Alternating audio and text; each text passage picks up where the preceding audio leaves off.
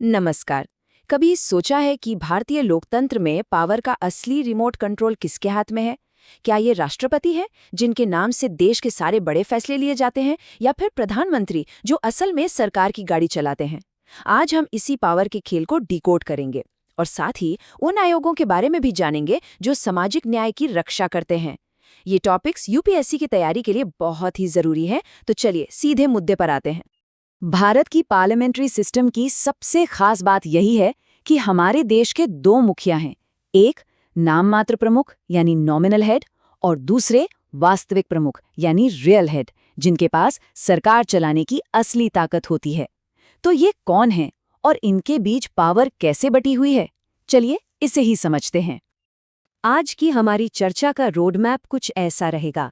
सबसे पहले हम इन दो प्रमुखों के कॉन्सेप्ट को समझेंगे, फिर राष्ट्रपति और प्रधानमंत्री की भूमिकाओं में गहराई से उतरेंगे।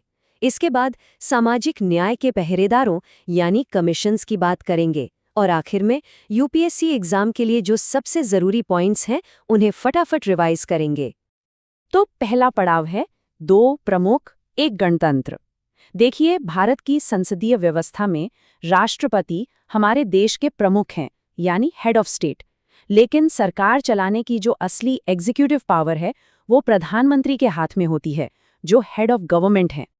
चलिए अब इस पावर पिरामिड के सबसे ऊंचे पॉइंट से शुरू करते हैं, भारत के राष्ट्रपति से। इन्हें हमारे संविधान का संरक्षक माना जाता है और देश के नाम मात्र प्रमुख के तौर पर ये सबसे ऊंचे पद पर होते हैं। तो संवैधानिक रूप से राष्ट्रपति की परिभाषा क्या है? वो हमारे गणराज्य के सेरेमोनियल हेड यानी औपचारिक प्रमुख हैं, और तीनों सेनाओं के सुप्रीम कमांडर भी। उनका पद देश के सम्मान और एकता का प्रतीक है। अच्छा, अब इनका चुनाव कैसे होता है? ये प्रोसेस काफी दिलचस्प है। राष्ट्रपति को हम और आप सीधे वोट नहीं देते, ये एक इनडायरेक्ट इलेक्शन है। इन्हें एक इलेक्टोरल कॉलेज चुनता है। इसमें कौन कौन शामिल होता है? संसद के दोनों सदनों के चुने हुए सदस्य, सभी राज्यों की विधानसभाओं के चुने हुए सदस्य, और हाँ, दिल्ली और पुडुचेरी विधानसभाओं के सदस्य भी। और ये चुनाव proportional representation via single transferable vote system से होता है। राष्ट्रपति की शक्तियों को हम मोटे तौर पर 5 हिस्सों में बांट सकते हैं। पहली, एग्जीक्यूटिव पावर, मतलब पीएम, मंत्री और राज्यपालों की नियुक्ति करना। दूसरी, लेजिस्लेटिव, जैसे संसद का सत्र बुलाना या आर्टिकल 123 के तहत अध्यादेश जारी करना। तीसरी, जुडिशियल, जिसमें जजों की नियुक्ति और माफी देने की शक्ति शामिल है। चौथी, मिलिट्री पावर, वो सेना के सुप्रीम कमांडर जो हैं। और पांचवी, सबसे अहम, इमरजेंसी पावर्स, नेशनल, स्टेट और फाइनेंशियल इमरजेंसी। इनके आर्टिकल्स एग्जाम के लिए जरूर याद रखिएगा। तो कुल मिलाकर बात यह है कि भले ही राष्ट्रपति सिर्फ नाममात्र के प्रमुख हों, लेकिन उनकी भूमिका बहुत बड़ी है। वो संविधान के रक्षक हैं, लोकतंत्र के गार्डियन हैं, और हमारे संघीय ढांचे में एक बैलेंस बनाने वाली ताकत है।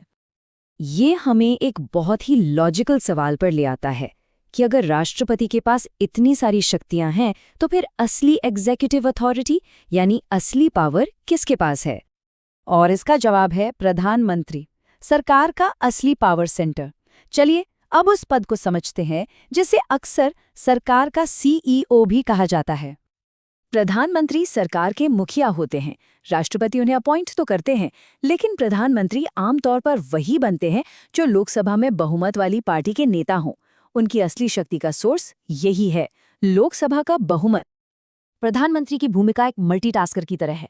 वो अपनी पूरी मंत्री परिषद को लीड करते हैं, मंत्रियों को उनके मंत्रालय बांटते हैं, कैबिनेट की मीटिंग की अध्यक्षता करते हैं और देश की पॉलिसी की दिशा तय करते हैं। वो पूरे सेंट्रल एडमिनिस्ट्रेशन के चीफ कोऑर्डिनेटर होते हैं और दुनिया के मंच पर भारत को रिप्रेजेंट भी करते हैं। सच कहें तो पूरी सरकारी मशीनरी उन्हीं के चारों ओर घूमती है। तो ये जो सरकार का सीईओ वाली बात है ना, ये बिल्कुल फिट बैठती है। जैसे एक सीईओ अपनी कंपनी को आगे ले जाता है, वैसे ही प्रधानमंत्री देश के शासन और विकास की बागडोर संभालते हैं। ठीक है, तो हमने एग्जीक्यूटिव पावर्स की बात कर ली। अब अपनी चर्चा का फोकस उन संस्थाओं की तरफ करते हैं जो संविधान में लिखे सामाजिक न्याय के वादे को हकीकत में बदलने का काम करती हैं। ये है हमारे संवैधानिक आयोग। इन आयोगों का विकास धीरे धीरे हुआ है। सबसे पहले 1995 में 65th कॉन्स्टिट्यूशनल अमेंडमेंट के जरिए एससी कमीशन को संवैधानिक दर्जा मिला। फिर 2004 में 89th अमेंडमेंट से एसटी समुदाय के लिए एक अलग कमीशन बनाया गया और अभी हाल ही में 2018 में 102वें संशोधन ने राष्ट्रीय पिछड़ा वर्ग आयोग यानी एनसीबीसी को भी संवैधानिक दर्जा दे दिया। ये सारे अमेंडमेंट्स यूपीएससी के लिए बहुत जरूरी हैं।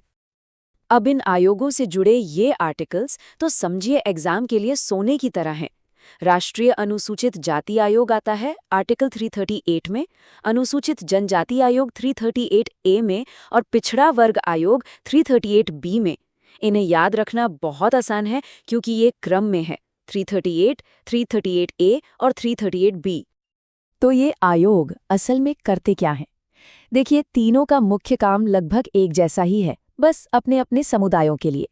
ये भेदभाव और अत्याचार के मामलों की जांच करते हैं, उनके सामाजिक आर्थिक विकास पर नजर रखते हैं, सरकार को कल्याणकारी योजनाओं पर सलाह देते हैं, उनके अधिकारों की रक्षा करते हैं और हर साल अपनी रिपोर्ट संसद में पेश करते हैं।